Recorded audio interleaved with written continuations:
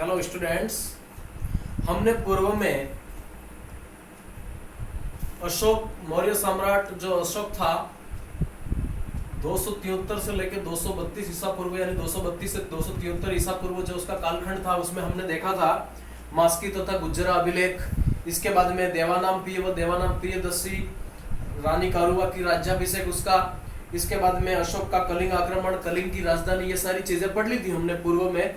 इसके बाद आज हम देखेंगे अशोक का बौद्ध धर्म। अशोक ने कौन सा धर्म अपनाया था?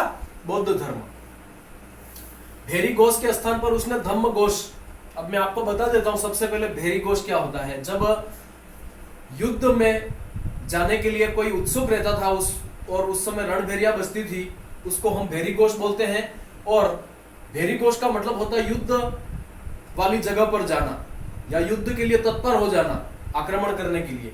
उसके स्थान पर उसने धम्म घोष अपनाया। धम्म घोष का मतलब होता है धम्म, मनुष्य की नैतिक उन्नति के लिए जिन आदर्शों का प्रतिपादन होता है उसको धम्म कहा गया है। क्या कहा गया है? धम्म।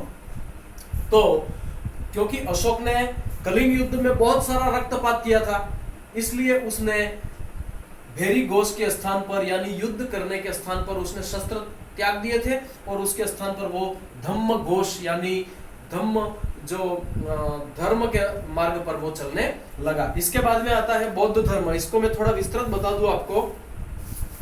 बौद्ध धर्म श्रमण निग्रोध व उपगुप्त के प्रभाव में आकर अशोक बौद्ध धर्म में दीक्षित हो गया। कौन से धर्म में दीक्षित हो गया? बौद्ध धर्म में। और उसने भेरी घोष के स्थान पर धम्म घोष की स्थापना कर दी, जैसा कि मैंने आपको पहले बता दिया है। इसके बाद में नंबर दूसरा जो आता है वो है शिव का उपासक। शिव का उपासक कौन था? शिव का उपासक कौन था? अशोक। उसने राजतरंगिणी यानी जो लिखी गई है पुस्तक कल्हण के द्वारा के अनुसार वो शिव का उपासक था। और बौद्ध धर्म स्वीकार करने से पूर्व राजतरंगिणी कल्हण के अनुसार अशोक शिव का उपासक था। बाद में मोगलीपुत्रिस्म के प्रभाव में आ गया था वो। और इसके बाद में आता है आपके तीसरा जो पॉइंट है हमारा, 4 गुहाओं का निर्माण। उसने 4 गुहाओं का निर्माण करवाया था, यानी वहां पर जो लोग थे, जो गरीब लोग थे, उनके लिए रहने के लिए, उनके आजीविका चलाने के लिए उन्होंने 4 गुहाओं का निर्माण किया था, जिसमें सबसे पहला है सुदामा, दूसरा है चापर, तीसरा है विश्व झोपड़ी, चौथा है कर्ण। और ये कहां पर किया था उसने? बाराबर की पहाड़ियों में। तो अशोक ने बाराबर की पहाड़ियों में आजीविकाओं के निवास हेतु 4 गुहाओं का निर्माण किया था, जिसका नाम है चापर, विश्व झोपड़ी, इसके बाद में सुदामा। और इस प्रकार से ये 4 गुहाओं का निर्माण करवाया था उसने। इसके बाद में हमारा जो चौथा पॉइंट आता है वो धम्म यात्रा। उसने धम्म यात्राएं की थी अपने राज्याभिषेक के 10वें और 20वें वर्ष के बाद में। 10वें वर्ष में कौन सी यात्रा की थी उसने? बौद्ध गया की। कौन सी यात्रा की थी? बौद्ध गया की। और 20वें वर्ष में उसने लुम्बिनी, जो कि कपिल वस्तु के अंतर्गत आती है, वहां की उसने यात्राएं की थी।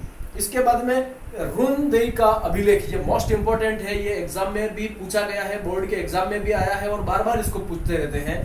तो ये है हमारा रुनदेई अभिलेख। यानी रुनदेई का जो अभिलेख था उस पर क्या लिखा गया था? उसने क्या किया था? भूमिकर था वो 1/6 से घटाकर 1/8 कर दिया था उसने। किसने? अशोक ने। इसके बाद में जो 5वां आता है धम्म। धम्म का मतलब होता है मनुष्य की नैतिक उन्नति करना या मनुष्य के धर्म के प्रति उद्धत होना। अशोक ने मनुष्य की नैतिक उन्नति हेतु जिन आदर्शों का प्रतिपादन किया था उसको धम्म कहा गया है। अशोक ने धम्म की परिभाषा दूसरे तथा 7वें स्तंभ लेख में मिलती है। कौन से स्तंभ लेख में? दूसरे तथा 7वें स्तंभ लेख में। इसके अनुसार पाप कर्म से निवृत्ति, विश्व कल्याण, दया दान, सत्य एवं कर्म शुद्धि ही धम्म है। साधु स्वभावी, कल्याणकारी कार्य करना, पाप रहित होना, ये सारी चीजें, व्यवहार में मृदुता लाना, दया रखना, दान करना, प्राणियों का वध नहीं करना, मित्रों, परिचितों, संबंधियों, ब्राह्मणों, श्रमणों के प्रति दानशीलता होना व उचित व्यवहार करना अशोक द्वारा प्रतिपादित धम्म की आवश्यक शर्तें थी। आज के लिए इतना ही। धन्यवाद। बाकी मैं थोड़ा इसका व्हाट्सअप कर देता हूं मैं। ओके।